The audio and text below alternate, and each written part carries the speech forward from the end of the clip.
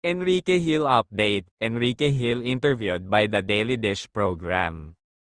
Sinasabi niya dito na pinag-iisipan niya ng maigi kung ano ang dapat niyang gagawin sa pagbabalik showbiz.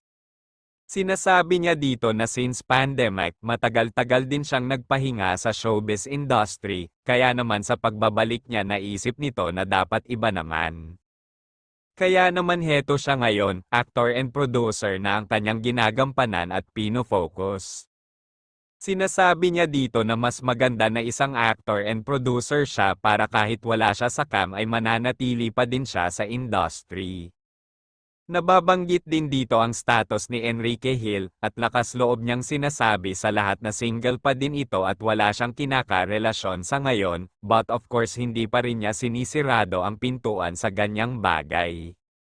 I don't close doors, ika nga, sobra namang napahanga ang mga netizen sa pagiging transparent ni Enrique Hill sa interview na iyon.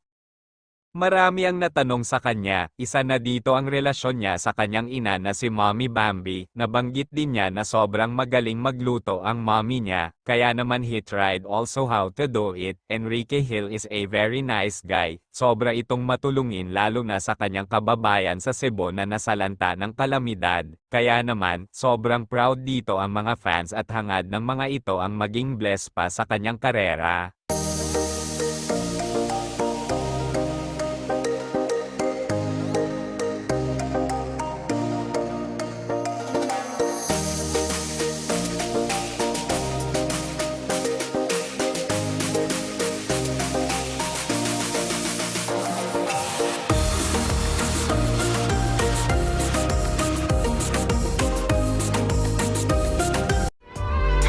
Thank you for watching.